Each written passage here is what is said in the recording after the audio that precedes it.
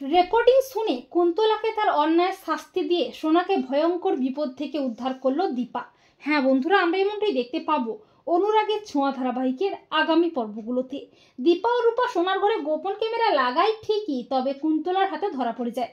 কুন্তলা সোনা ও রুটিকে নিয়ে চলে যায়। সবাই মিলে আবারও দীপা ও রূপাকে দোষারোপ করতে থাকে। দীপা কুন্তলার চক্রান্ত থেকে সোনাকে বাঁচাতে প্ল্যান করে রূপাকে নিয়ে সেনগুপ্ত বাড়ি ছেড়ে বেরিয়ে রেস্টুরেন্টে যায়।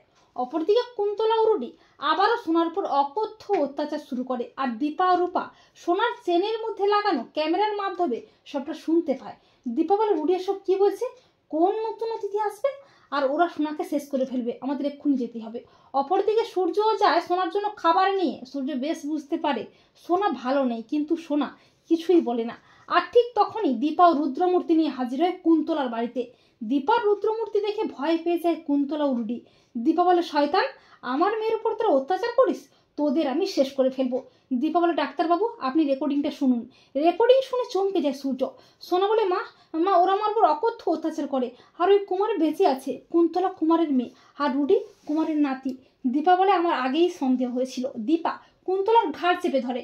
দীপা বলে, বল তোরা কেন এরকম করছিস, আর কোন নতুন অতিথি আসার কথা বলছিস?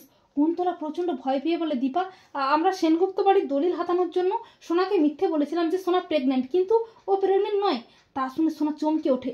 সোনা বলে, মা মা তুমি ওদের শেষ করে দাও, ওরা আমাকে অনেক কষ্ট দিয়েছে। কুন্তলা নিজেকে বাঁচাতে দীপার পায়ে পড়ে। দীপা বলে, আমার হাত থেকে তোর আজ বাঁচতে পারবি না। এরপর সূর্য পুলিশকে ফোন করে আসতে বলে। পুলিশ হাজির হয় কুন্তলার বাড়িতে। পুলিশ রুডি কুমার ও কুন্তলাকে অ্যারেস্ট করে টানতে টানতে থানায় নিয়ে যায়। আর সোনা নিজের ভুলটা বুঝতে পেরে দীপা ও রূপার কাছে ক্ষমা চায়, মা বোনকে আঁকড়ে ধরে।